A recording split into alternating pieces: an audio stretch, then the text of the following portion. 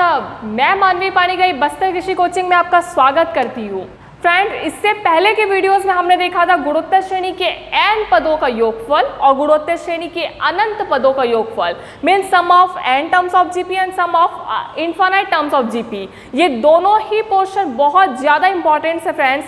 अगर आप इन 3 वीडियोज़ को कर लेना, पिछले के n पदों का योगफल, अनंत पदों का योगफल, और आज हम करने जा रहे हैं कि क्वेश्चन पेपर पर बेस्ड प्रॉब्लम।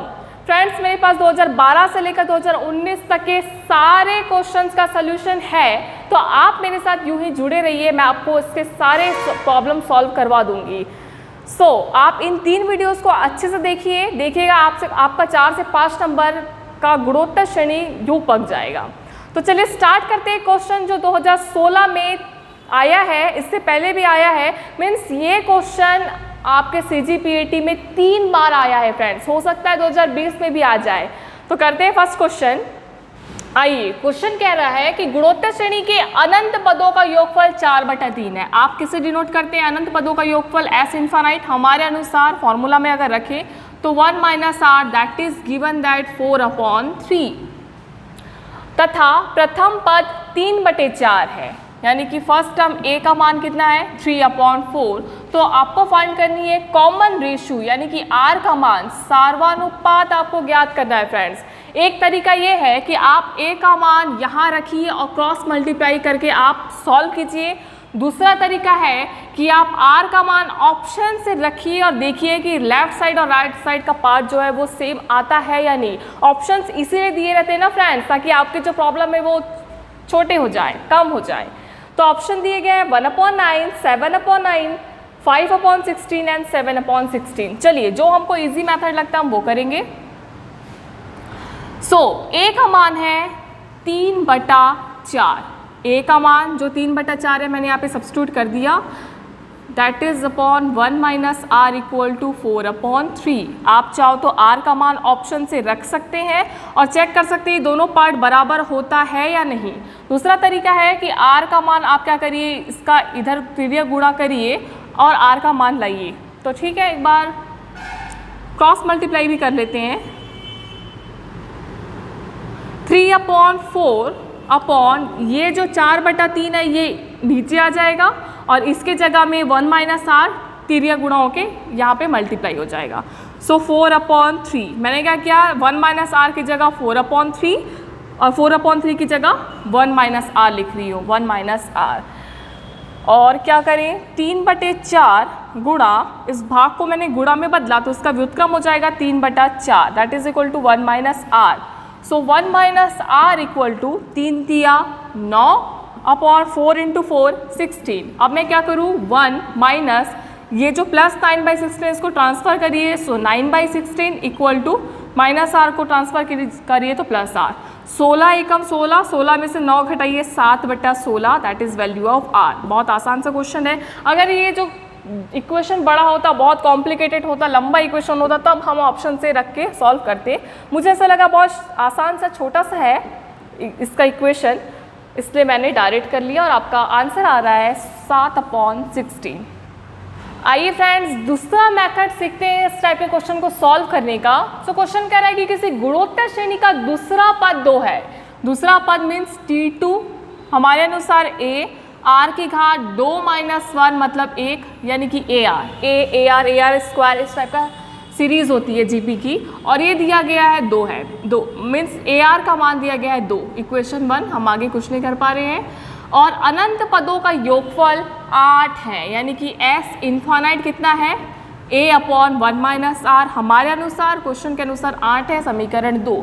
तो आपको क्या फाइंड करना है फ्रेंड्स, फर्स्ट टर्म a का मान ज्ञात करना है। ये जो ऑप्शन दिए गए ना 8, 4, 6 और 5, ये a के मान है। इन GP, if second term is 2, sum of infinite terms is 8, then you have to find first term of this series. Okay. अब मैं क्या करूँ फ्रेंड्स, ना तो ये a का मान 2 है, ना तो r का मान 2 है, AR दोनों का मान 2 है। तब मैं क्या करूँ फ्रेंड्स?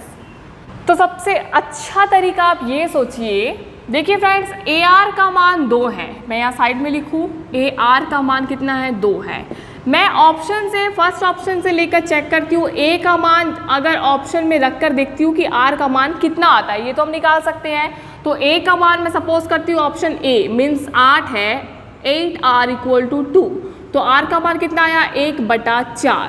अब बात करते हैं इसकी, तो ए का मान 8 रखने पर और आर का मान अभी जो हमने निकाला है 1/4, ये रखने पर लेफ्ट साइड और राइट साइड का पार्ट इक्वल होता है या नहीं। अगर ये दोनों इक्वल हो गए तो हमारा ये मानना कि ऑप्शन ए फर्स्ट टर्म है वो करेक्ट हो जाएगा। ठीक है, देखिए ए का मान मैंने यहाँ पर भी वही सोचा, ए का मान 8 रख कर रखा था, तो यहाँ भी ए का मान 8 रख देते हैं। 1 माइनस आर का मान 8 रखने पर आर का मान 1/4 आ रहा है, तो 1/4 मैंने लिख दिया, that is equal to 8।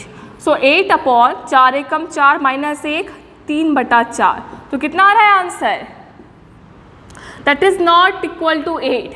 8 upon something है, इससे किसी नंबर को आप भाग दे रहे हैं तब जाके ये वैल्यू छोटी हो जाएगी, जो 8 के बराबर तो नहीं आएगी। तो हमारा ये मानना कि ऑप्शन ए ही हमारा फर्स्ट टर्म है, ये इनकरेक्ट है बच्चों। अब हम सपोज करते हैं कि हमारा जो ए का मान है मीन्स फर्स्ट टर्म वो 4 है, तो मैं क्या करूँ फ्रेंड्स, इस इक्वेशन ए में 1 में ए का मान 4 रख के सपोज करती हूँ, 4r = 2, तो r = क्या मिलेगा 2/4, 2/4 मीन्स 1/2।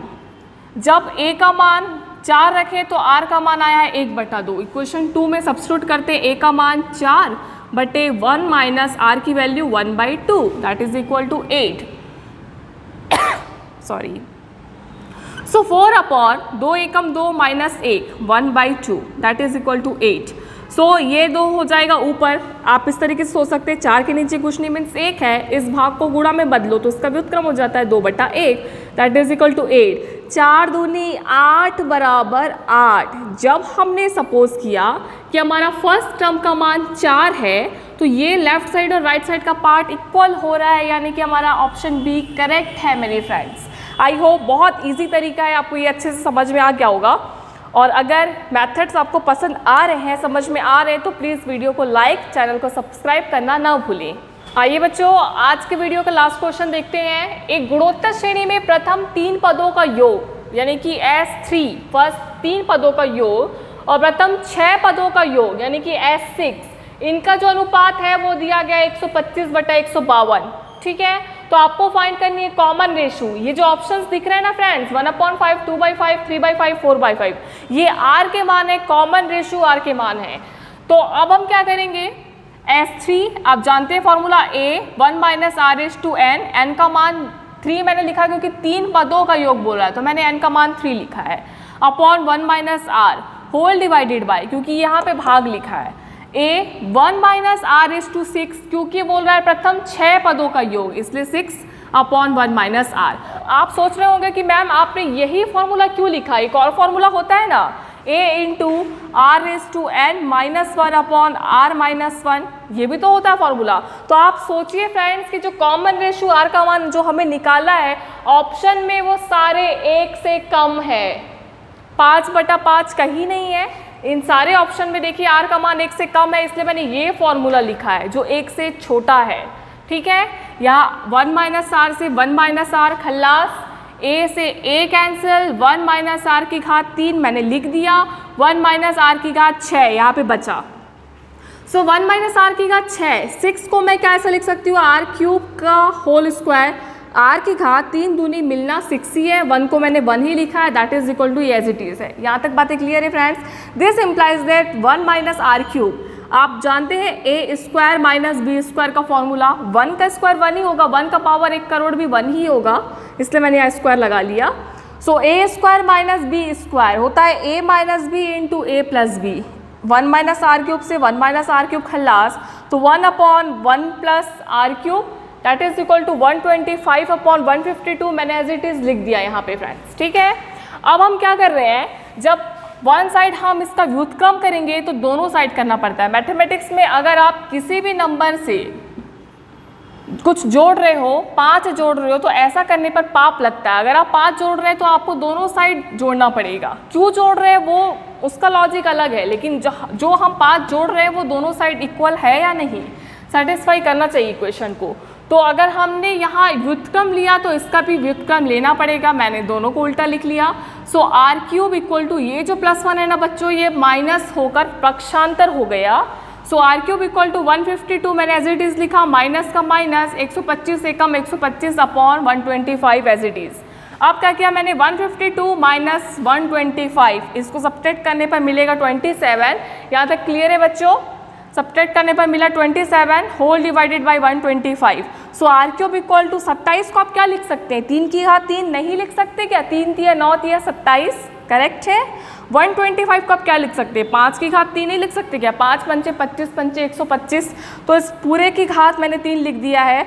सो आर आप देख रहे हैं यहाँ पे पावर समान है, आर की पावर 3 और इधर समथिंग की power 3। So r equal to something, वो समथिंग आ गया है 3/5, मीन्स ऑप्शन सी मेरे फ्रेंड्स। बहुत आसान सा क्वेश्चन है, ये क्वेश्चन 2 बार आया है CGPAT एग्जाम में, हो सकता है 2020 में फिर से आए, है ना।